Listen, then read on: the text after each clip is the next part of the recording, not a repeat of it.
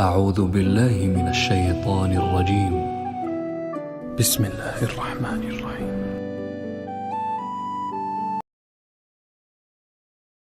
Note کر لیجئے، یہ کتابیں اگر آپ پڑھنا چاہیں تو کتاب الملاحم میں پڑھیے۔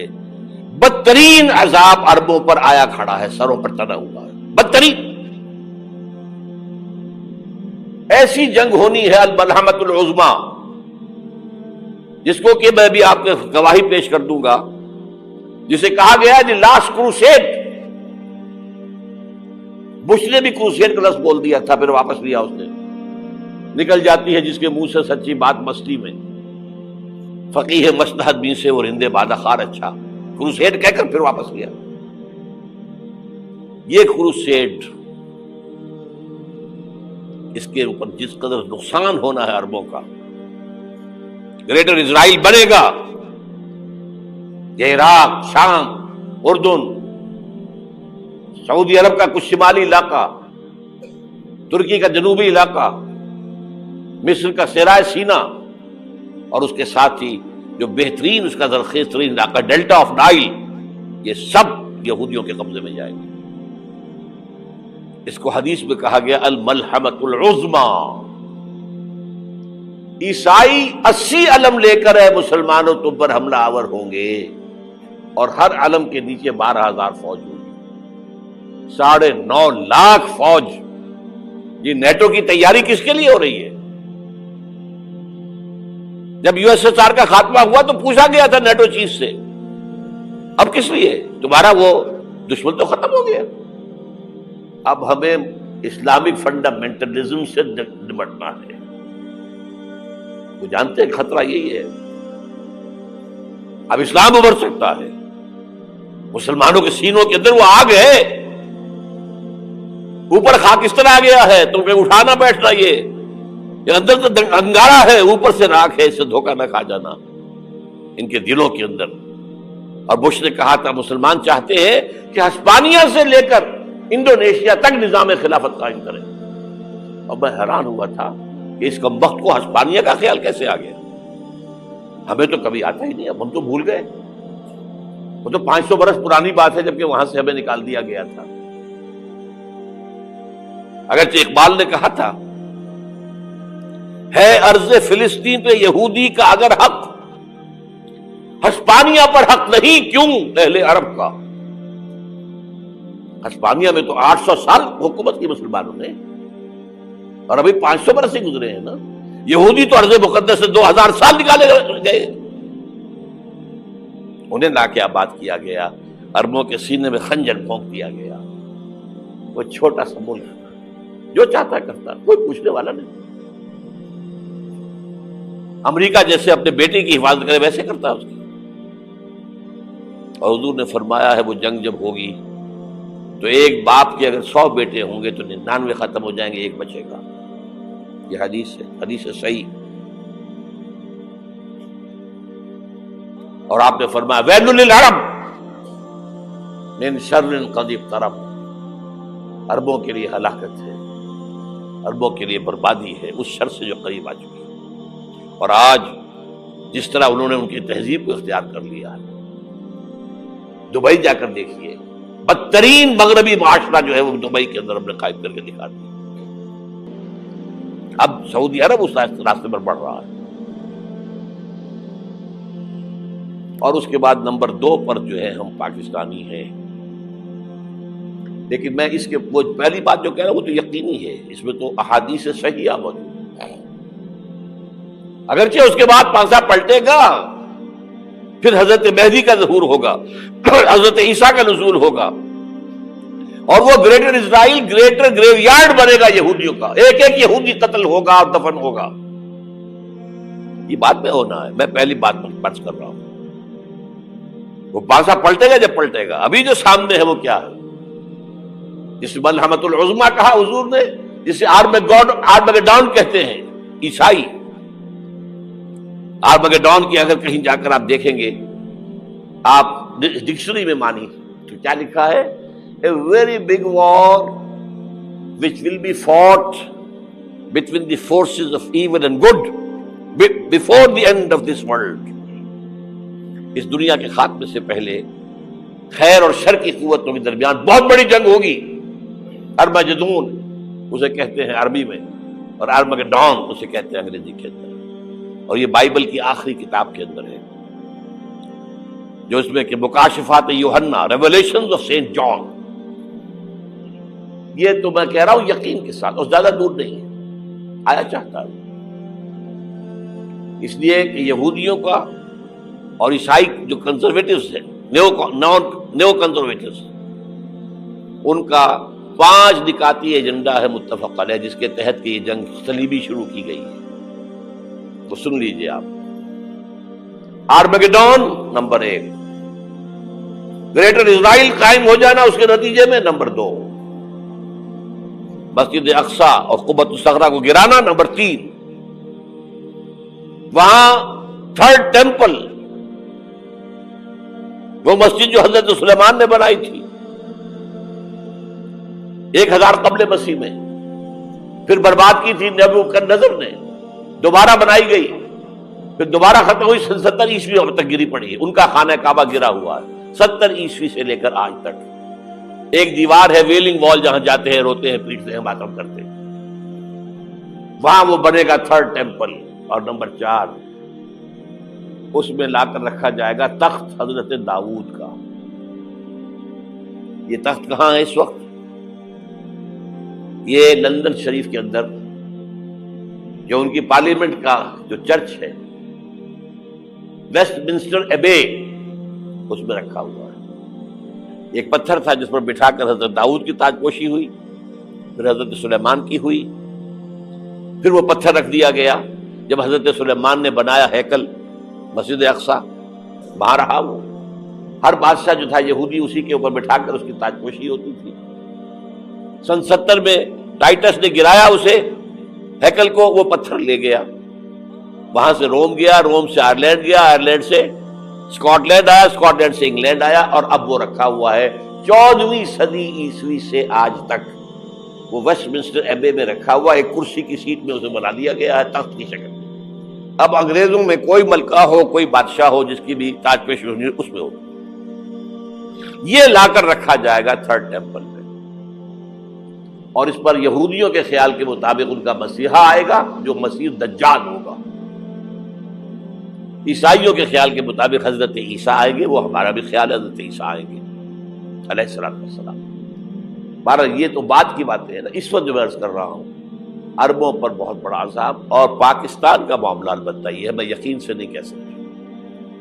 ہینگنگ ان دی بیلنس، ہو سکتا ہے اللہ تعالی ہم پر رحم فرمائے، ہو سکتا ہے، اگرچہ اسی پہ شرائط ہوں گی. چمن کے مالک اگر بنا لے موافق اپنا شعار، اب بھی چمن میں آ سکتی ہے پلٹ کر چمن سے روٹھی بہار، اب بھی ہو سکتی ہے. اور یہ بھی ہو سکتا ہے کہ اللہ تعالیٰ نے معجزانہ طور پر ہمیں ملک دیا، ہم نے اللہ سے بدعہدی کی، وعدہ خلافی کی، غداری کی، لہذا سزا دی جائے اور ہم سے یہ ملک چھین لیا جائے. It's just possible. دور نہ سمجھے اسے، انہونی بات نہ سمجھے. جو گھیراؤ ہو رہا ہے آپ کا، آپ کے مغرب میں نیٹو فورسز اور مشرق میں بھارتی فورسز گدھوں کی طرح بیٹھے ہوئے انتظار کر رہے ہیں پاکستان اور ڈسٹیبلائز ہو جائے، یہاں اور بدامنی ہو جائے. اب لاہور میں پھر آج دھماکے ہو گئے ہیں. 2 دن پہلے کا دھماکہ میں سہ کے آیا ہوا ہوں، آپ کے سامنے بیٹھا ہوں. وہ جانے بچی ہیں جو ہماری اکیڈمی کا حشر ہوا، وہ تو میں آپ کو نہیں بتا سکتا. یہ سارا کیوں ہو رہا ہے؟ تاکہ یہاں بدامنی ہو جائے اور ہمیں جواز مل جائے. مغرب سے نیٹو فورسز داخل ہو جائیں، مشرق سے بھارتی فورسز آ جائیں، اور ہمارے ایٹمی دانت توڑ کر اور پھر ہمیں بھارت کے سامنے ڈال دیا جائے. نو ڈو ایز یو لائک. یہ ان کا نقشہ ہے. ہوگا کیا وہ اللہ جانتا ہے، ہوگا وہ جو اللہ چاہے. لیکن اللہ کا چاہنا جو ہے وہ کس پر منحصر ہے؟ یہاں انقلاب برپا کرو، یہاں اسلام لاؤ. اگر دھندوں میں لگے رہو گے تو وہ خود بخود نہیں آ جائے گا انقلاب. صحابہ نے جانیں دی تھی، کتنی تکلیفیں اٹھائی تھی. 12 برس تک مکی دور کے اندر با نشہ درویشی در ساز و دمادم زن، جو پختہ شبی خدرا بر سلطنت جمسن. یوم طائف یاد ہے جو حضرت عائشہ فرماتی ہے کہ میں نے پوچھا تھا حضور سے کہ یوم احد سے زیادہ سختی بھی آپ پر کبھی آئی؟ یوم احد پر کیا ہوا تھا؟ تلوار کا وار پڑا تھا آپ کے چہرہ مبارک. یہ جو رخسار کی ہڈی ہے اس کے اندر وار گیا ہے. اوپر خود کی 2 کڑیاں تھیں وہ اس میں گھس گئیں. 2 دندان مبارک شہید ہوئے. وہ خود کی کڑیاں ایک صحابی نے اپنے دانتوں سے پکڑ کر کھینچنے کی کوشش کی, دانت نکل گئے, وہ نہیں نکلی. کیا جتن کر کے نکالی گئی ہوگی تو خون کا فوارہ, اتنا خون گیا ہے کہ آپ بے ہوش ہو گئے, گر گئے, اور مشہور یہ ہو گیا کہ آپ کا انتقال ہو گیا, شہادت ہو گئی. یہ سیرت کبھی پڑھی ہے؟ حضرت عائشہ کے ہوش کا تو یہی دور تھا نا. یوم طائف میں جو آپ کی کیا تھی, بچی تھی, انہیں کیا پتا کیا ہو رہا ہے حضور کے ساتھ. 3 دن تک حضور مکے کی گلیاں اور وہاں کے اوباش لوگ پتھراؤ کر گئے تھے اس امید میں کہ شاید وہاں کا کوئی سردار ایمان لے آئے. تو یہاں تو ابو طالب بھی فوت ہو گئے. یہی دنیا بھی سہارا تھا, خاندانی سہارا تھا ابو طالب کے ذریعے. اور گھر میں ایک دلجوئی کرنے والی رفیقہ حیات تھی, وہ بھی, ان کا بھی انتقال ہو گیا. آپ نے کہا یہ عام الحزن ہے, اب تو سب کو طے ہو گیا قریش کو کہ اب جیسے قتل کر دو ان کو. اسی لیے آپ گئے طائف, شاید وہاں کا کوئی بڑا سردار مانے, ایمان لے آئے مجھ پر, تو میں اپنا مرکز ادھر شفٹ کر دوں. تینوں سے ملے ہیں, تینوں نے وہ جواب دیے ہیں, نکل جاؤ یہاں سے, میں تمہارے ساتھ بات بھی کرنے کو تیار نہیں. اچھا, تمہارے سوا کوئی نہیں ملا تھا اللہ کو نبی بنا کر بھیجنے کے لیے؟ دیکھو جاؤ, میں بات نہیں کرنا چاہتا, ہو سکتا ہے میں بے عزتی کر بیٹھوں, واقعی تم اللہ کے نبی ہو تو میں مارا جاؤں گا, جاؤ جاؤ جاؤ. یہ سلوک محبت کے ساتھ ہوا.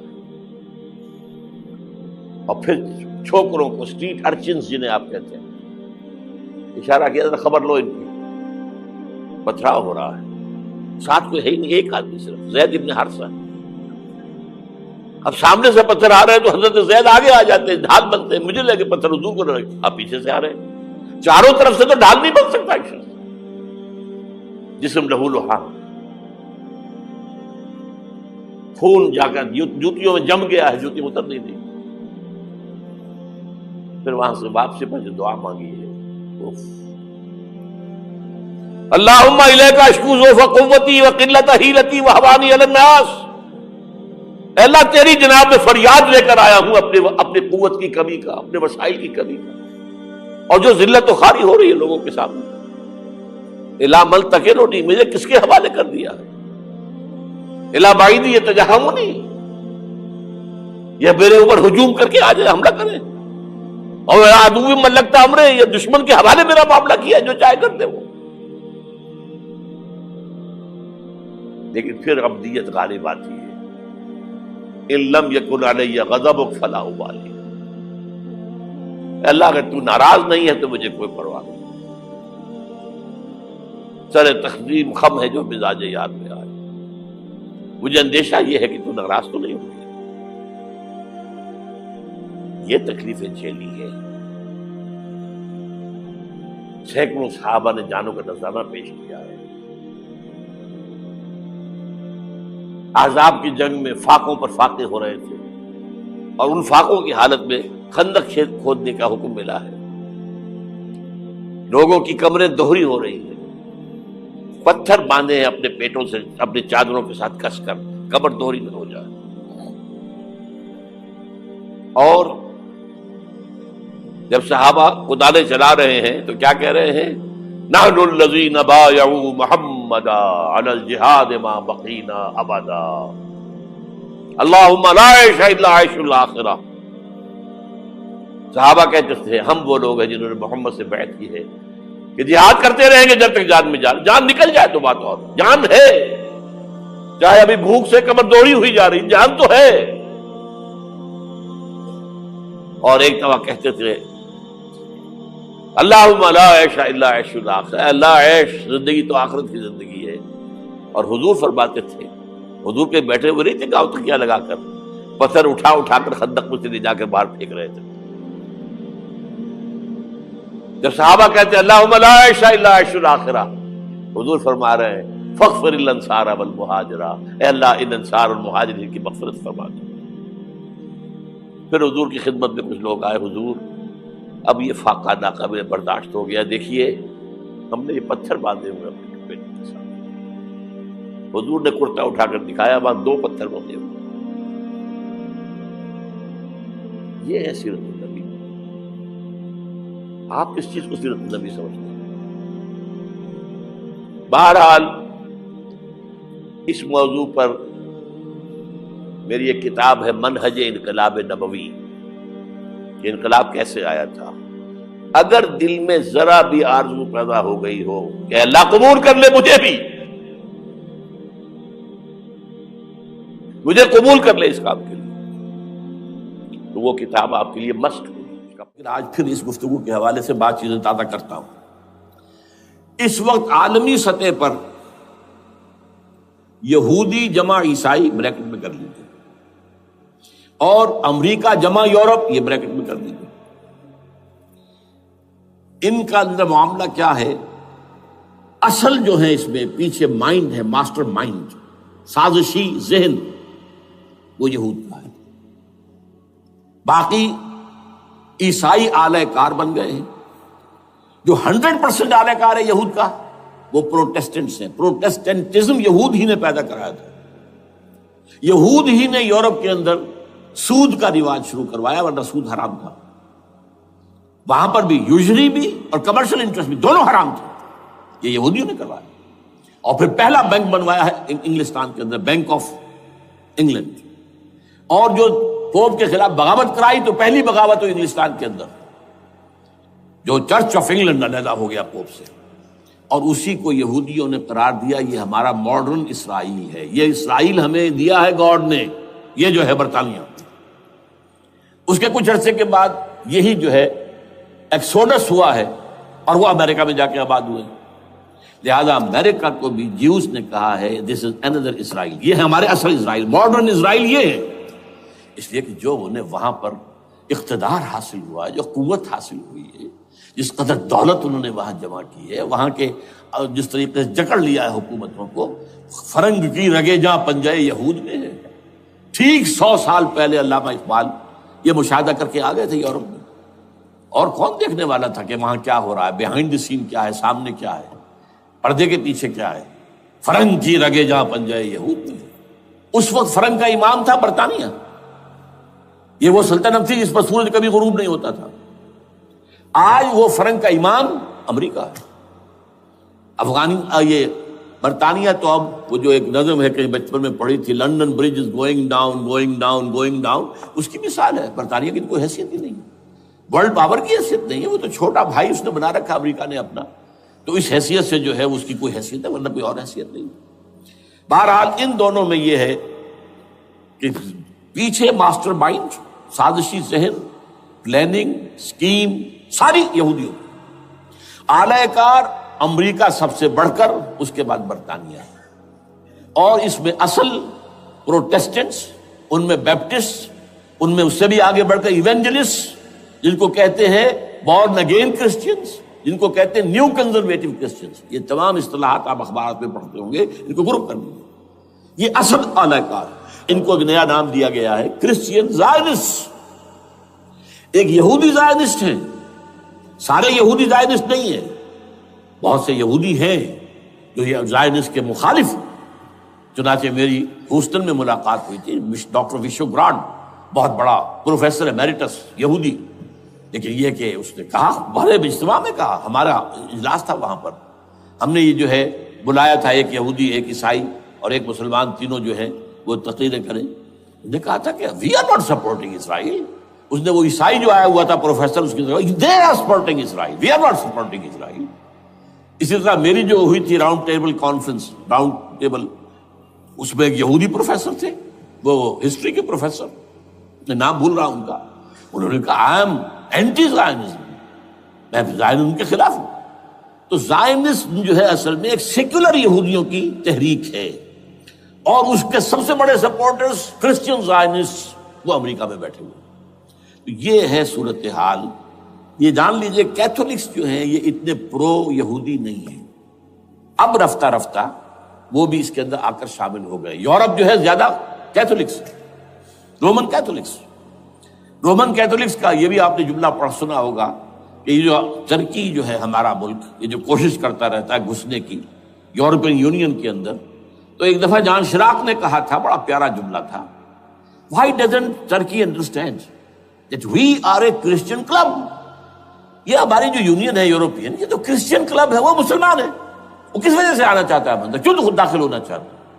Why doesn't Turkey understand that we are a Christian club؟ لیکن یہ ہے رومن کیتھولکس، اور ان کا میں بعد میں آپ کو بتاؤں گا. یہی آپ کو معلوم ہے کہ یورپ نے عام طور پر اسرائیل کا اتنا ساتھ نہیں دیا جتنا جو امریکہ دیتا رہا ہے، اور کسی درجے میں ان کے دلوں میں سافٹ کارنر جو ہے عرب فلسطینیوں کے لیے بھی رہا ہے. یہ معاملہ ایران کے بارے میں بھی رہا ہے، جس قدر اسٹرانگ ایکشن امریکہ لینا چاہتا ہے، یہ جو ہے اس کے ساتھ نہیں ہے. تو یہ تھوڑا سا فرق ہے، وہ میں اس کا ایک بنیاد بعد میں بتا دوں گا آپ کو. بہرحال ان کا ایک جو ایجنڈا ہے وہ دو، سمجھیے کہ دو اس کے نکات ہیں، دو رسیوں کے مانند یہ آپس میں بٹا ہوا ہے. پہلا، عالم اسلام کے مادی اور مالیاتی وسائل، خصوصاً تیل پر قبضہ. یہ ان کا دنیاوی اعتبار سے، دولت کے اعتبار سے، وسائل کے اعتبار سے اس وقت کا ایجنڈا ہے. ویسے تو اس سے اوپر وہ چاہتے ہیں پوری دنیا پر، وہ تو بات کی بات ہے، لیکن ابھی نہ وہ روس کو چھیڑ رہے ہیں نہ چین کو چھیڑ رہے ہیں. چین تو ان کا سب سے بڑا جو ہے بزنس پارٹنر ہے، سب سے بڑا، اور چین کو رفتہ رفتہ وہ اپنی لائن پر لا رہے ہیں. اب تو صرف یہ کہ وہ ایک پارٹی گورنمنٹ وہاں رہ گئی ہے جو کہ کمیونزم کے دور کی یادگار ہے، باقی ان کی جو اکانومی ہے وہ تو آ چکی ہے اسی رخ کے اوپر جو یورپ کی ہے، مغرب کی ہے. نمبر دو ایجنڈا کیا ہے؟ دنیا میں کہیں بھی اسلام کے بحیثیت ایک نظام زندگی ظاہر ہونے کا کوئی موقع نہیں دینا. We have to nip the evil in the bud at any cost. یہ ان کے ایجنڈے کا دوسرا بڑا ہے. یہ دو ہے انٹرٹوائنڈ، جیسے آپ لڑیوں کو بٹ دے کر رسی بناتے ہیں، ایسے یہ دو لڑیے ہیں. اسلام کا پولیٹیکل سوشو اکنامک سسٹم کہیں نہ آ جائے دنیا میں، ہو نہ جائے آشکارا شر پیغمبر کہیں. یہ ابلیس نے کنکلوڈ کیا ہے، وہ جو ابلیس کی مجلس شورا ہے، ہو نہ جائے آشکارا شر پیغمبر، کہیں ایسا نہ ہو کہ پیغمبر کی شریعت دنیا کے سامنے آ جائے، پیغمبر کا نظام آ جائے. الحذر، آئین پیغمبر سے 100 بار الحذر. حافظ ناموس زن، مرد آزما مرد آفری، یہ معاشرتی نظام ہو گیا. موت کا پیغام ہر نوع غلامی کے لیے، نہ کوئی فخور و خاکہ نہ گدائے رہنشی، یہ سیاسی نظام آ گیا. اور کرتا ہے دولت کو ہر آلودگی سے پاک و صاف، منعموں کو مال و دولت کا بناتا ہے امین. تم دولت کے امین و مالک نہیں ہو. اور اس سے بڑھ کر اور کیا فکر و عمل کا انقلاب، بادشاہوں کی نہیں اللہ کی ہے یہ زمین، ان الارض للہ. یہ نظام کہیں نہ آ جائے دنیا، یہ جس پہ کہ وہ خطرہ محسوس کر رہا تھا. اور اس کے بعد یہ کہتے ہیں، یہ تو تھا عصر حاضر کے تقاضے، لیکن یہ کہ صورتحال کیا ہے؟ ہو نہ جائے آشکارا شر پیغمبر کہیں ہے. یہی یہ معاملہ اس طرح رکھو کہ خود مومن ہے محروم یقین. یہ غنیمت ہے کہ خود مومن ہے محروم یقین. ہمیں اگر کوئی سہارا ملتا ہے تو اس سے کہ مومنوں کو بھی، نام نہاد مسلمانوں کو بھی اپنے اس نظام پر یقین نہیں. وہ نماز پر یقین رکھتے ہیں، روزے پر رکھتے ہیں، زکوٰۃ کو بھی جو بھی اللہ تعالیٰ جس کو توفیق دیتا ہے، حج کرتے ہیں، عمرے کرتے ہیں، یہ ہے سب. لیکن یہ کہ یہ غنیمت ہے، چشم عالم سے رہے یہ پوشیدہ یہ آئین تو خوب. وہ ابلیس کہتا ہے کہ یہ آئین چشم عالم سے پوشیدہ رہنا چاہیے. یہ غنیمت ہے کہ خود مومن ہے محروم یقین. ہمارے لیے جو ہے اگر کوئی سانس لینے کی جگہ ہے وہ یہ ہے، حوصلہ افزائی اگر ہے تو اس میں ہے کہ خود مومن محروم یقین ہے، اس کے سامنے وہ راستہ ہے ہی نہیں. اب لیجئے یہودیوں کے ایجنڈے کو میں تجزیہ کر رہا ہوں. سب سے پہلے world bank, IMF، globalisation, TRIPS, ان تمام ہتھ کنڈوں کے ذریعے عالمی مالیاتی استعمار جو بظاہر امریکہ کا ہوگا حقیقتاً یہود کا ہوگا۔ یہودیوں کے نزدیک پوری نوع انسانی حیوانوں کے مانند ہے۔ They are not human beings. They are goyams. They are Gentiles. یہ انسانی شکل میں حیوان ہے، اور جیسے حیوانوں کو ایکسپلائٹ کرنا، استعمال کرنا انسانوں کا حق ہے، گھوڑے کو آپ باندھتے رہے ہیں نا ٹانگے کے آگے، اور بیلوں سے آپ ہل جتواتے رہے ہیں، تو جیسے یہ حق ہے ایسے ہمارا حق ہے پوری دنیا کے جو ہے وسائل ان کو کھینچے۔ ہاں جیسے گھوڑے اور بیل کو بھی کچھ نہ کچھ دانا تو ڈالنا پڑتا ہے، چارہ تو دینا پڑتا ہے، تو ان کو بھی کچھ دو۔ یہ پوری نوع انسانی ورکرز بن کر رہ جائے، حیوان بن جائیں، بالکل شہوت کے غلام بنا دو انہیں، اخلاقی اقدار کا بیڑا غرق کر دو، خاندانی نظام کو تہوبالا کر دو۔ یہ باقاعدہ جو protocols of the elders of the Zion تھے ان سب میں موجود ہے لکھا ہوا، جو 1897 میں انہوں نے پاس کیا اپنا پروگرام بیسل میں، سوئٹزرلینڈ کا ایک شہر ہے۔ Protocols of the elders of the Zion, ان کو حیوان بنا دو، بس حیوانوں سے کام لیتے رہو۔ ہاں ان کی کمائی کا کچھ حصہ ان کے لیے چھوڑ دو، وہ بھی زندہ رہیں، وہ بھی آخر کام کیسے کریں گے، اور اصل جو ہے ملائی کھینچ دو اپنے اس نظام کے ذریعے سے۔ World bank, IMF، stock exchange, TRIPS, globalisation, اس کے ذریعے سے عالمی مالیاتی استعمار۔ نمبر 2، ایک ہے ان کا ایجنڈا، یہ تو عالمی ہے، دوسرا ایجنڈا کیا ہے؟ وہ لوکل ہے۔ وہ کیا ہے؟ گریٹر اسرائیل کا قیام،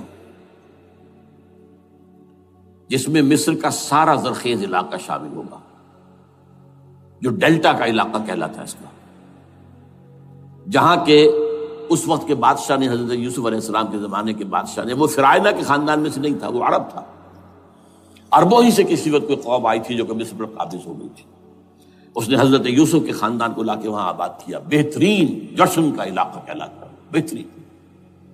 وہ کہتے ہیں ہمارا ہے، ہم رہے وہاں پر کئی 100 برس تک رہے، عراق ہمارا ہے، وہاں ہمیں قید میں رکھا گیا، نبوکدنضر لے گیا تھا۔ عرب کا شمالی حصہ جو ہمارا ہے، وہاں خیبر میں یہودی قلعے تھے، اور وہاں مدینے کے اندر جو ہے 3 قبیلے یہودی تھے جنہیں محمد نے صلی اللہ علیہ وسلم نے وہاں سے نکال باہر کیا تھا۔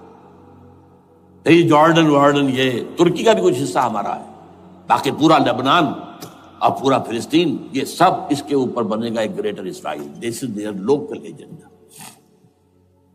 اور اس کے لیے ضروری ہے ایک بہت بڑی جنگ، ایسے آسانی سے نہیں ہو جائے گا۔ آرمگیڈون، جس کو حضور نے فرمایا الملحمۃ العظمیٰ، الملحمۃ الکبریٰ، بہت بڑی جنگ، جس کی خوفناکی اور تباہ ناکی کا اندازہ اس سے کیجئے۔ حضور فرماتے ہیں کہ اگر ایک باپ کے 100 بیٹے یا ایک دادا کے 100 پوتے ہوں گے تو ان میں سے 99 ختم ہو جائیں گے، ایک بچے گا۔ اور ایک جگہ فرماتے ہیں اتنی اموات ہوں گی، اتنی لاشیں ہوں گی کہ ایک نفاست پسند پرندہ جو ہے، جو گندگی پہ نہیں اترنا چاہتا، ایک تو ہے یہ کوے، چیلیں، گدھ، وہ تو گندگی ہی کی تلاش میں ہے مردار کھانے کے لیے، وہ تو لاشوں کو نوچ رہے ہوں گے۔ وہ پرندہ جو ہے نفاست پسند پرندہ، وہ نہیں اتر سکے گا، اڑتا اڑتا چلا جائے گا، لیکن لاشوں کا سلسلہ ختم نہیں ہوگا، یہاں تک کہ تھک ہار کر لاشوں پر گر جائے گا۔ یہ دور نہیں ہے، اس لیے کہ اس پر متفق ہیں یہودی بھی اور عیسائی، پروٹسٹنٹس، عیسائی اس کے اوپر پوری طرح متفق ہیں۔ آرمگیڈون، جسے آپ 3rd ورلڈ وار کہہ لیں، الملحمۃ العظمیٰ کہہ لیں، الملحمۃ الکبریٰ کہہ لیں حضور کے الفاظ میں، یہ آئے گی۔ اس کے نتیجے میں گریٹر اسرائیل بنے گا۔ نمبر 3، پھر بنے گا 3rd ٹیمپل، جو ٹائٹس نے گرا دیا تھا 70 میں، سن 70 عیسوی، جسے گرے ہوئے کتنا عرصہ ہو گیا؟ 2008، اندازہ کر لیجئے 1800 کتنے برس ہو چکے۔ وہ دوبارہ بنائیں گے 3rd ٹیمپل، اور اس کے لیے مسجد اقصیٰ کو گرائیں گے، اور ڈوم آف دی راک، قبۃ الصخرہ، وہاں لا کر پھر اس میں کنگ ڈیونز تھرون لا کے رکھا جائے گا. یہ بھی میرے علم میں پہلی مرتبہ اسی ٹرمپٹ رسالے سے آیا. وہ کیا ہے؟ حضرت داؤد کا. آج سے کتنے ہزار سال پہلے کی بات ہے، اندازہ کیجیے. 1000 قبل مسیح، اور یہ اب 2000 ہو گیا عیسوی، 3000 برس تو ہو گئے. وہ کیا تھا؟ ایک پتھر تھا جس پر بٹھا کر حضرت داؤد کی تاج پوشی کی گئی تھی. پھر اسی پر حضرت سلیمان کی تاج پوشی ہوئی، پھر اسی پر ان کے بادشاہ آتے رہے، تاج پوشی ہوتی گئی. ٹائٹس نے جب گرایا ہے سن 70 عیسوی میں، یروشلم کو برباد کیا، 1,33,000 یہودی ایک دن میں قتل کیے، ایک دن میں، باقی نکال دیا، بھاگ جاؤ یہاں سے. اس کو کہتے ہیں diaspora, that started in 70 AD.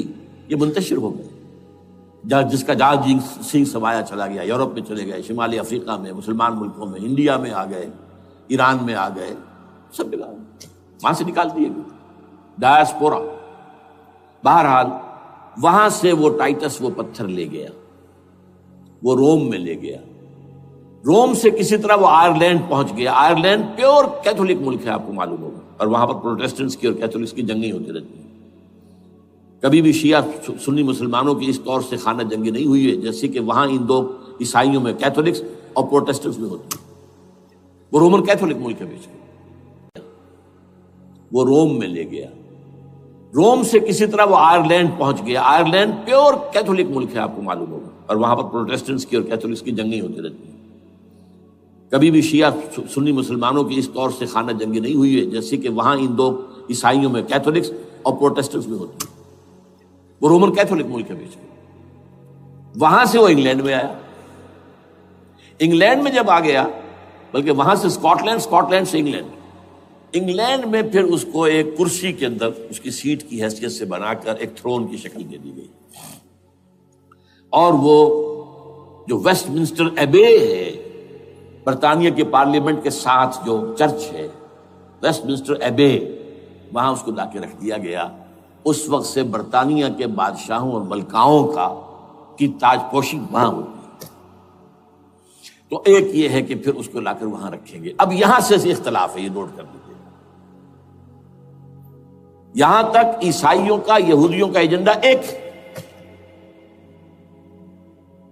یہاں اختلاف ہے. یہودیوں کے نزدیک ان کا مسیح آئے گا اور وہ وہاں بیٹھ کر پوری دنیا پر راج کرے گا.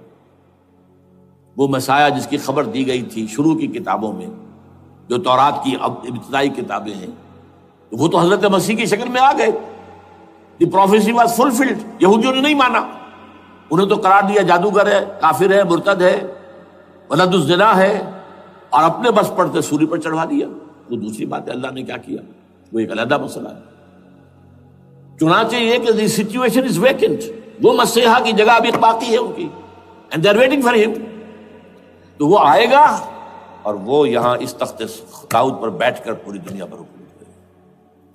عیسائیوں کا کہنا کیا ہے کہ در حقیقت حضرت مسیح نازل ہوں گے، سیکنڈ کمنگ آف جیسس، جس کو ہم بھی مانتے ہیں. اگرچہ ہوگا کیسے، حالات و واقعات کا کیا ہمارے نزدیک رنگ ہے وہ کچھ مختلف ہے، وہ میں اس کو بیان نہیں کر سکتا. حضرت مسیح علیہ السلام پھر اس تخت پر بیٹھیں گے ان کے عیسائیوں کے مطابق. چنانچہ پوپ جو مر گیا ہے، پال سیکنڈ، اس کو یہ ٹرمپٹ والے کہتے ہیں شیطان. اور ان کا کہنا یہ ہے کہ اس شیطان نے the old ancient holy Roman empire کو ریوائیو کیا ہے یونائٹڈ یورپ بنا کر. اور ان کا مقصد کیا ہے کہ یہ فلسطین میں ایک رومن کیتھولک حکومت قائم کرنا چاہتے ہیں.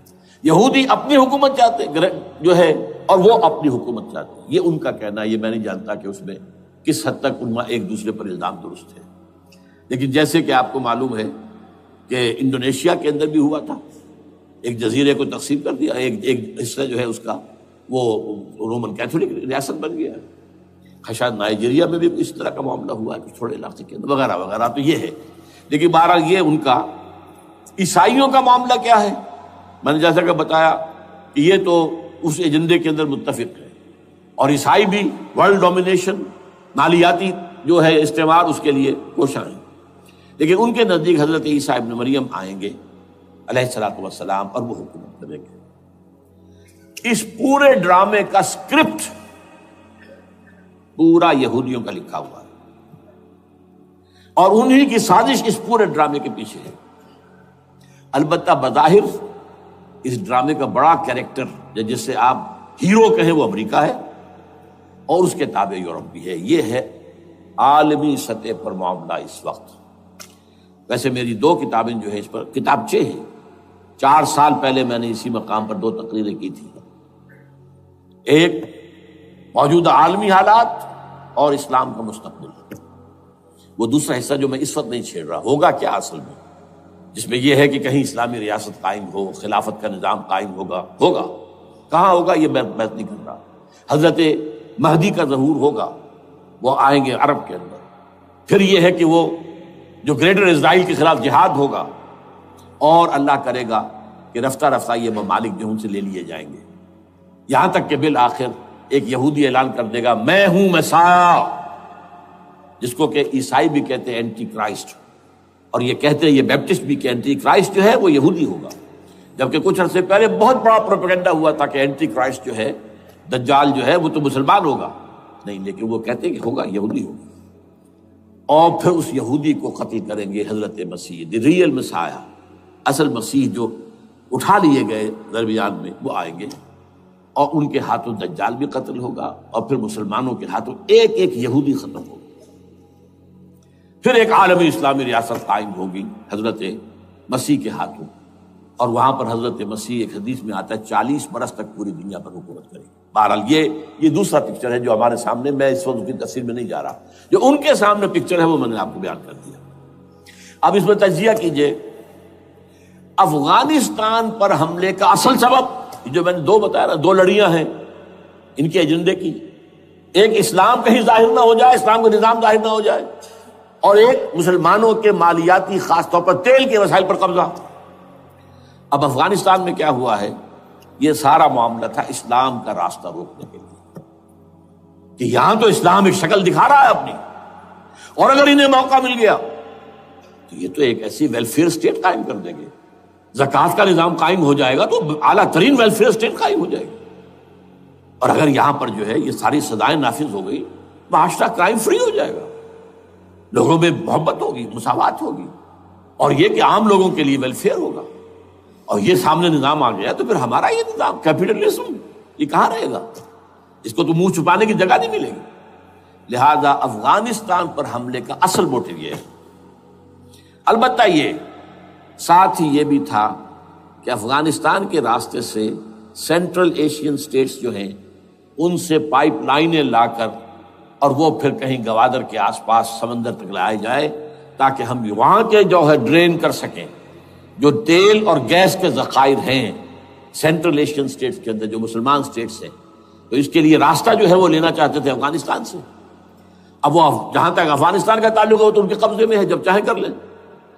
اب پاکستان کا معاملہ جو تھا وہ جیسا کہ میں نے کہا کہ اس کا راستہ وہ رک گیا، جبکہ انہیں واپس جانا پڑ گیا، لیکن انہوں نے افغانستان میں کوشش کی۔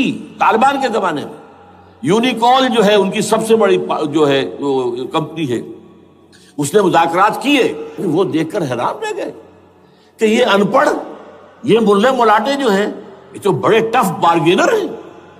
اس طریقے سے پاؤں جما کر طالبان نے جو ان کے ساتھ مذاکرات کیے ہیں اور ان سے اپنی شرطیں پیش کی ہیں کہ وہ گھبرا کر بھاگ گئے۔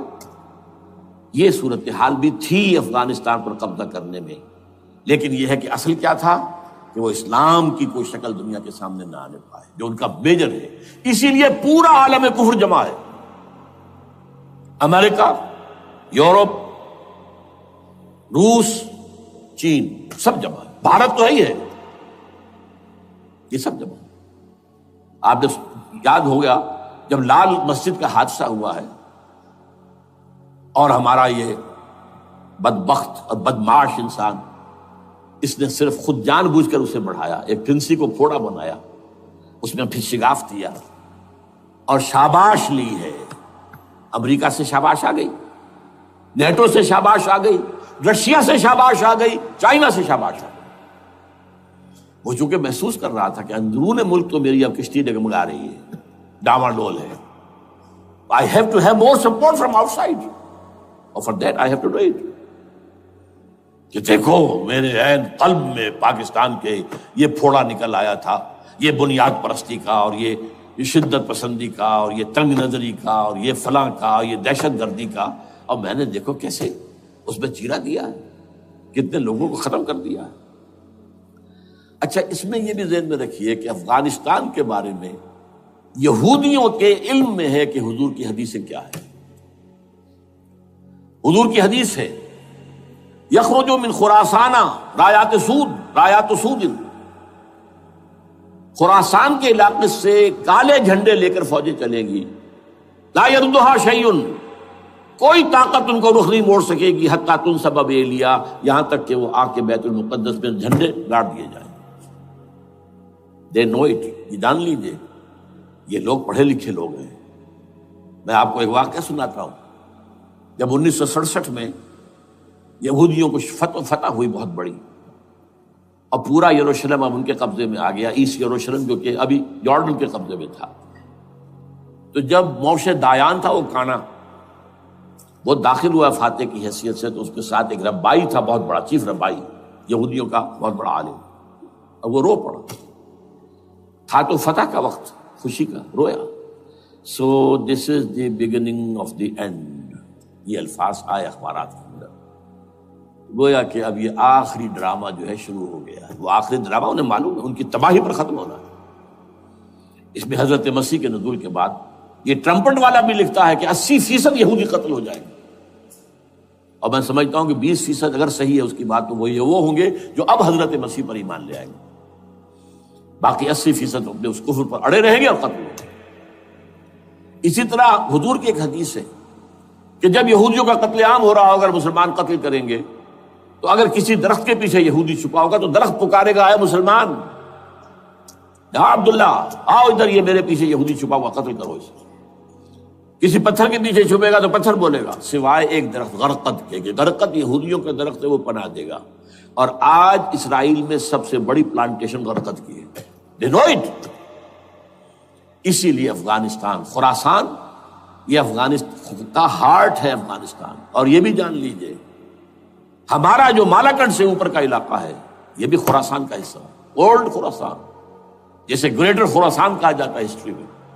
ایک میں نے ایرانی سے پوچھا تھا اس کے بارے میں، تو اس نے کہا خراسان ہمارا ایک صوبہ ہے۔ میں نے کہا وہ تو مجھے معلوم ہے، جس کا دارالخلافہ مشہد ہے اور یہ ان کا مقدس شہر ہے، وہ تو اسے مکے کی طرح سمجھتے ہیں۔ بہرحال میں نے کہا میں پوچھ رہا ہوں پرانا خراسان بزرگ، تو خراسان بزرگ کا انہوں نے بتایا پورا افغانستان اس میں شامل، اور پھر یہ اسٹیٹس جو ہیں سینٹرل ایشین اسٹیٹس، اور ایران کا ایک حصہ اور پاکستان کا ایک حصہ، یہ جو مالاکنڈ کہلاتا ہے۔ اور یہ بڑی معنی خیز بات ہے کہ وہیں مالاکنڈ سے تحریک چلی ہے، جو اصل تحریک ہے طالبان پاکستان، وہ سوات سے چلی ہے۔ بہرحال اس وجہ سے، اس پہلو سے یہ جو ہے افغانستان پر حملے کا سب سے بڑا سبب وہ تھا۔ دوسرا جو تھا وہ یہ کہ ان کو جو پائپ لائن لے کے آنی تھی اس کے لیے، لیکن وہ ظاہر بات ہے کہ اس میں جو ہے جو طالبان نے وہ ان کی چکمے میں نہیں آئے۔ اس پر ایک کتاب ہے کہ جو انگریزی میں ہے عابد اللہ جان کی، Afghanistan the genesis of the last crusade, Afghanistan سے آخری صلیبی جنگ کا سلسلہ شروع ہو رہا ہے۔ بہت جو ہے چشم کشا ہے، معلومات افزا ہے، انگریزی میں ہے۔ اچھا، عراق میں معاملہ برعکس تھا۔ عراق میں تیل کا معاملہ بھی تھا تو وہ صرف امریکہ کا تھا۔ جو یورپ ہے وہ زیادہ تر کیسپین کے ایریا کے تیل کی طرف نگاہیں رکھتا ہے۔ یہ جو ہے یہ اصل میں سارا جو ہے یہ امریکہ کا معاملہ ہے۔ اور دوسری طرف یہ کہ یہاں کو مذہبی سلسلہ نہیں تھا، حالانکہ تھا، وہ یہودیوں کا تھا۔ وہ کیا تھا؟ Extension, first step towards the establishment of greater Israel. یہ بات اچھی طرح سمجھ لیجیے۔ یہاں پہ تیل کا معاملہ بھی میں نے کہا تھا نا، دو لڑیاں ہیں جو چل رہی ہیں۔ تیل کا معاملہ یہاں خاص طور پر عراق کے اندر زیادہ، افغانستان میں بہت کم۔ لیکن یہ کہ یہاں پر بھی جو اصل ہے بیہائنڈ دی سین، جو اصل چیز کیا ہے کہ گریٹر اسرائیل کے قیام کی طرف پہلا قدم۔ میں یاد دلاتا ہوں آپ کو، جب فرسٹ گلف وار ہوئی تھی جس میں عراق کا بھرکس نکال دیا گیا تھا، اس کے اختتام پر کہا تھا شوارز کرافٹ، جو ان کا کمانڈر ان چیف تھا الائٹ فورسز کا، اس نے صاف کہا تھا، مجھے آج تک ایک ایک لفظ یاد ہے، we fought this war for the protection of Israel.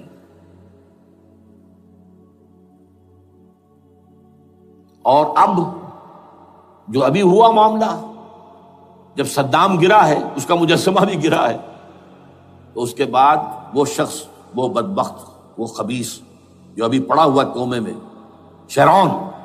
Sharon نے کہا تھا ان قریب عراق پر ہماری حکومت ہوگی. اور اس سے پہلے تو ہم صرف عراق میں سے یوفریٹس تک کا علاقہ مانگتے تھے، دریائے فرات تک کا. اب ہمارا مطالبہ یہ ہے کہ ہم تو در حقیقت دجلہ تک جائیں گے، دجلہ، تاکہ پورا کا پورا جو فرٹائل جو دو آبا ہے دجلہ اور فرات کے درمیان کا بہترین علاقہ، وہ سارا ہمارے پاس. اس سے آپ اندازہ کر لیجئے کہ یہ دونوں چیزیں جو ہیں دونوں جگہ موجود ہیں. وہاں مذہبی زیادہ ہے افغانستان کا، لہذا یہاں بہت بڑی جو ہے کولیشن بن گئی. عراق میں تو وہ کولیشن نہیں بن سکی. یورپ بھی ساتھ نہیں آیا، یورپ بھی ساتھ نہیں آیا. America had to go it alone, اسے کرنا پڑا ہے. زیادہ سے زیادہ کوئی ٹوکن، آسٹریلیا کا کوئی ٹوکن معاملہ، جو ہے وہ برطانیہ کا کچھ شاید ٹوکن ٹائپ جو ہے، وہی یہ کامن ویلتھ پرانی جو ہے چلی آ رہی ہے، اس میں شاید کینیڈا کا، باقی تو کوئی. یہ جو آل ورلڈ کولیشن بنی تھی وہ افغانستان کے خلاف کیوں ہے؟ یہاں سے اسلام کی ریسرجنس کا اندیشہ ہے. یخرج من خراسان رایات سود لا یردها شیء حتی تنصب بایلیا. حضور کے زمانے میں ایلیا جو ہے وہ کن کے قبضے میں تھا؟ عیسائیوں کے. اس کے بعد ہمارے قبضے میں آیا، لیکن پھر کروسیڈرز نے ہم سے لے لیا تھا، اور 88 برس وہ عیسائیوں کے پاس رہا، 1099 عیسوی سے لے کر 1187 تک. اب پھر یہود کا قبضہ ہے. پہلے عیسائیوں کا تھا، اب یہود کا. اب ان سے لینا واپس، پہلی مرتبہ بھی عرب نہیں لے سکے تھے، کھونے والے عرب تھے، واپس لینے والا کرد تھا صلاح الدین ایوبی رحمۃ اللہ علیہ. اب بھی کھونے والے عرب ہیں. مصر اور شام اور اردن، تینوں کا مقابلہ کیا اس نے، اسرائیل نے، اور قبضہ کیا پورے ویسٹ بینک پر، گولان ہائٹس پر، سینائی پیننسولا پر، اور یہ کھو دیا ہم نے اپنے ہاتھ سے. اور اب بھی عربوں میں تو کوئی دم نہیں ہے، کوئی جان نہیں ہے. ان کو عیاشیوں نے، دولت مندی نے بالکل تباہ و برباد اور کھوکھلا کر کے رکھ دیا.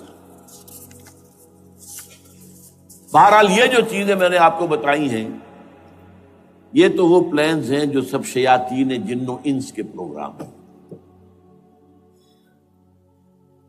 وہ جیسے کہ کبھی کہا تھا خمینی صاحب نے، شیطان بزرگ، دی گریٹسٹ شیطن، امریکہ. اصل میں امریکہ، اور اس کے پیچھے حقیقت میں یہود. سامنے امریکہ، پیچھے یہود. بالفعل کیا ہوگا یہ تو پھر اللہ ہی جانتا ہے کیا ہوگا. وَمَكَرُوا وَمَكَرَ اللَّهُ.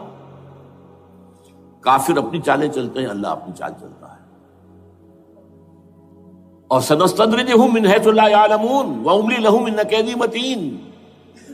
اے نبی آپ گھبرائیں نہیں، ہم ان کافروں کو رفتہ رفتہ وہاں سے لے آئیں گے جہاں سے آپ کو بھی، جہاں انہیں احساس تک نہیں ہوگا کہ یہ تو گرفت میں آ رہے ہیں، ٹریپ ہو رہے ہیں.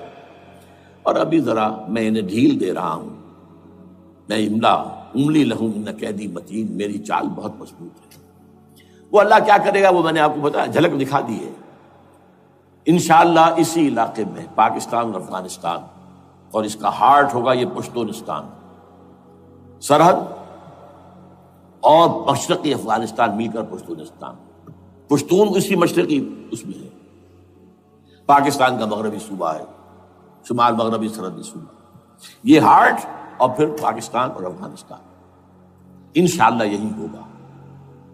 اور پھر یہ کہ یہاں سے فوجیں جائیں گی جو حضرت مہدی کی حکومت جمائیں گی عرب کے اندر.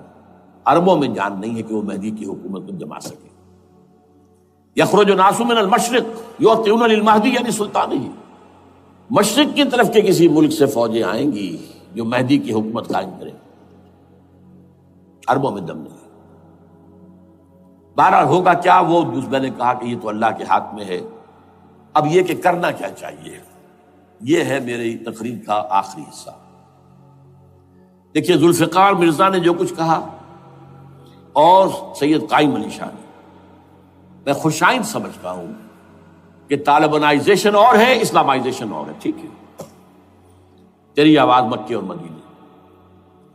طالبانائزیشن کے اندر کچھ بغیر تعلیم یافتہ، کچھ جذباتی، اس طرح کے لوگ بھی ہیں جن میں انتہا پسندی بھی ہے، جیسے کہ میں پہلے بیان کر چکا. افغانستان میں ہوا ہے، افغانستان کے اندر بھی رفتہ رفتہ وہ اپنی چیزوں سے نکل رہے تھے، نکل جاتے ہیں، لیکن موقع نہیں دیا گیا. نبتی ایول ان دی بڈ ختم کر دیا گیا. اسی طرح ہمارے سرحدی صوبے میں جیسا کہ میں بتایا 3 قوتیں برسرکار ہیں. ہو از ہو نوز اٹ، کون کیا کہ. لیکن بہرحال یہ کہ پہلی بات یہ، اسلام اور پاکستان لازم و ملزوم ہیں. یہاں اسلام آئے گا تو یہ ملک رہے گا، نہیں آئے گا تو ختم ہو جائے گا. اس میں کوئی شک نہیں. میری 2 کتابیں پڑھ لیجیے اگر اللہ توفیق دے، ہمت دے. اسلام اور پاکستان، یہ سن 67-68 کی تحریریں میری ہیں. جینیسس آف پاکستان کیا تھا، how Pakistan came into existence. پھر یہ کہ میں نے استحکام پاکستان کے نام سے سن 85 کے اندر کتاب لکھی ہے. یہ دونوں کتابیں پڑھی ہیں. پاکستان کا کوئی جواز نہیں اگر یہاں اسلام نہ آئے، اور واقعتاً ہم جواز کھو چکے ہیں. یہ تو اللہ تعالیٰ ہمیں مہلت دے رہا ہے. لیکن اب یہ سمجھ لیجئے، یہ اللہ تعالیٰ کی طرف سے ایک خاص مہلت ہے، اور شاید آخری مہلت ہے جو ہمیں مل رہی ہے. یہاں اسلامائزیشن نہ ہوا تو یہ ملک نہیں رہے گا. میں یہاں آپ کو ایک شعر سنا دوں. ہے تو ایک ایسی شخصیت کا جو کچھ کنٹروورشل بھی ہو گئی، بعد میں بدنام بھی ہو گئی. ایک زمانے میں جماعت اسلامی کے بڑے مخلص کارکن تھے وہ، مولانا کوثر نیازی. انہوں نے ایک بڑا تلخ شعر کہا تھا، اسلام کو اگر تیری فضا راس نہ آئے، اے میرے وطن تجھ کو کوئی آگ لگائے. ہمیں اسلام چاہیے، اور اسلام نہیں آئے گا تو یہ ملک نہیں رہے گا. کوئی زرداری، کوئی نواز شریف اس ملک کی بقا کی ضمانت نہیں دے سکتا. اس کی بقا ہے اگر تو اسلامائزیشن میں. 61 سال کی ہماری بے وفائی اللہ کے ساتھ کیے ہوئے وعدے کی، اس کا ایک عذاب ادنا ہم جھیل چکے ہیں. 71 یاد کی سن 71 پاکستان 2 لخت، 94,000 مسلمان پاکستانی بھارت کی قید میں بھیڑوں بکریوں کی طرح ہانک کر لے جائے گئے، ٹرکوں میں بھر بھر کر، جیسے کہ ڈیرہ غازی خان سے بھیڑیں بکریاں آتی ہیں لاہور میں ذبح ہونے کے لیے. کنسنٹریشن کیمپس میں ہمارے ٹائیگر نامی جرنیل نے پیش کیا اپنا ریوالور.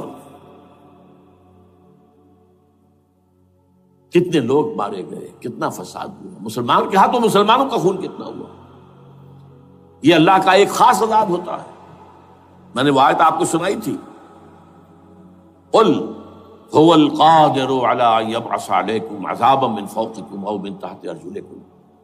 اے نبی سے کہہ دیجیے اللہ اس پر قدرت رکھتا ہے، جب چاہے تم پر کوئی عذاب اوپر سے بھیج دے، تمہاری زمین کے نیچے سے نکال دے. زلزلہ آیا تھا کہ نہیں؟ او یلبسکم شیعا، ایک تیسری شکل بھی ہے. نہ اللہ آسمان کو کوئی تکلیف دے، نہ زمین کو. زمین پھٹے گی تو آدمی جائے گا نا اندر، بلکہ تمہیں گروہوں میں تقسیم کر کے او یلبسکم شیعا فیذیق بعضکم بعض بعض، تو ایک دوسرے کی قوت کا ایک دوسرے کو مزہ چکھائے. تم خود ایک دوسرے کے گلے کاٹو. ہمیں کسی اور قوم کو تکلیف دینے کی ضرورت نہیں ہوگی. یہ کام ہمارے ساتھ ہو چکا ہے 1971 میں. بہرحال اب اس کے بعد بھی تاخیر تو ہماری جو کی تو ہے. اب ہم اس جگہ پر پہنچ گیا کہ شاید اب عذاب الاکبر آنے والا ہے. وہ آیت بھی میں نے شروع میں پڑھی تھی، وَلَنُذِيقَنَّهُم مِّنَ الْعَذَابِ الْأَدْنَىٰ دُونَ الْعَذَابِ الْأَكْبَرِ لَعَلَّهُمْ يَرْجِعُونَ. چھوٹا عذاب آیا سن 71 میں پاکستان. بہرحال مغربی پاکستان تو برقرار رہا، اس کا نام بھی پاکستان رہا. اب شاید بڑا عذاب آ رہا ہو، بلکنائزیشن جس کے نقشے جو ہیں دنیا میں شائع کیے جا چکے ہیں. اور اس اسلامائزیشن کے لیے جو میں کہہ رہا ہوں کہ اس کے بغیر یہاں پاکستان نہیں رہے گا، اس کے لیے اس کی جو دستوری، تدریجی، قانونی، پرامن اگر راستہ اختیار نہ کیا گیا تو ملیٹنسی بڑھے گی، یہ رکنے والی نہیں ہے۔ یہ جو اوپر کا جو علاقہ ہے، ایک ٹرائنگل ہے جس کا نقشہ کھینچا ہے ایک بہت بڑے مصری ادیب اور مورخ نے، شکیب ارسلان ان کا نام تھا۔ انہوں نے کہا ہے کہ یہ پامیر سطح مرتفع جو ہے، پامیر جسے روف آف دی ورلڈ کہا جاتا ہے، اس سے پہاڑوں کے سلسلے نکلتے ہیں، کوئی چین کی طرف چلا گیا، کوئی تبت کی طرف چلا گیا، کوئی قراقرم ادھر آ گیا پاکستان کی طرف، ہمالیہ آ گیا پاکستان انڈیا کی طرف، ادھر ہندو کش چلا گیا افغانستان میں۔ یہ سب جیسے کہ ایک جو پہیا ہوتا ہے اس کے جو لگے ہوتے ہیں اسپوکس جنہیں کہتے ہیں۔ اس نے کہا کہ ایک طرف ہمالیہ اور ایک طرف ہندو کش، اس کے درمیان میں جو قوم رہتی ہے، اب نوٹ کر لیجیے، یہ ہمالیہ کا اینڈ جو ہے مغربی، وہ کیا ہے، یہ نتیا گلی وغیرہ اسی کا حصہ ہے، اس کے بعد ختم، دریائے سندھ بہ رہا ہے، لیکن اوپر جا کر وہ ٹرن دیتا ہے رائٹ کو، تو پھر اب وہ قراقرم اور ہمالیہ کے درمیان جاتا ہے، یہاں تک کہ انڈیا سے جو اس کا داخلے کا راستہ آ جاتا ہے۔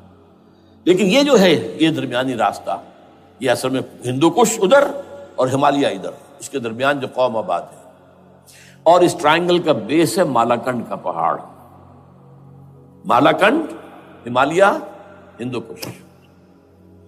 اس ٹرائنگل میں جو قوم آباد ہے، شکیب ارسلان کہتا ہے اگر پوری دنیا میں اسلام کی نبضیں ڈوب جائیں تب بھی یہاں کے لوگوں میں اسلام کی نبض چلتی رہے گی۔ یہ وہ علاقہ ہے جہاں سے پاکستان کے طالبان کا آغاز ہوا، جہاں سے پرامن تحریک چلی تھی، اس کا راستہ روک دیا گیا۔ اب وہ شدت پسندی پر آ گئے، اور یہ شدت پسندی بڑھے گی اگر آپ نے تشدد سے روکا، اگر امریکہ کے چمچے بنے رہے، اگر امریکی ایجنڈے ہی کو پورا کرتے رہے اور اپنے لوگوں کو مارتے رہے، تو جواب میں دریک چراغ حقیقت کو گل کیا تم نے، تو موج دودھ سے صد آفتاب ابھریں گے۔ یہ اب جو آ رہے ہیں، کہاں سے آ رہے ہیں آپ کے یہ خودکش حملہ آور؟ یہ وہی ان لوگوں کے رشتہ دار ہیں نا جو امریکی بمبارڈمنٹ میں مارے گئے ہیں۔ کتنے ہیں جن کے بچے ختم ہو گئے، بیٹے مر گئے۔ یہ جو ہمارے ہاں ایک کمانڈوز کے کیمپ کے اوپر جو حملہ ہوا تھا اور خودکش بمبار، جس سے کہ شاید 18-19 بہترین آپ کے کمانڈوز ختم ہوئے تھے، وہ کون تھا؟ وہ خود کمانڈو تھا، اندر کوئی اور تو جا ہی نہیں سکتا تھا، یہ کمانڈوز کا کیمپ تھا، اور اس کے میس میں لوگ کوئی جا سکے، وہ خود کمانڈو تھا۔ اس کی بیٹی لال مسجد کے اندر جلی تھی۔ اب آپ اندازہ کیجئے کہ اس کے دل میں جو کھول رہا تھا اس کا جذبہ، اس نے اس کو ٹھنڈا کیا خود جان دے کر۔ تو جان لیجیے، ادھر باجوڑ میں حملہ ہوا تھا، ادھر جو ہماری ملٹری پریڈ کے اوپر حملہ ہو گیا۔ تو یہ بات رکے گی نہیں، اور یہ ظاہر بات ہے کہ اب شمال سے لے کر نیچے تک کی بات ہے۔ وہاں پر بھی میں نے شروع بھی کہا تھا، یہ خطرہ حقیقی ہے، غیر حقیقی نہیں ہے، وہمی اور خیالی نہیں ہے۔ اس لیے کہ اب جو اس علاقے سے جا رہے ہیں ہجرت کر کے کراچی، وہی ان کی جگہ ہے، وہیں پر ان کے رشتہ دار ہیں، محسود ہیں، وزیری فلاں ہیں، یہ ہیں وہ ہیں، وہاں وہ جا رہے ہیں۔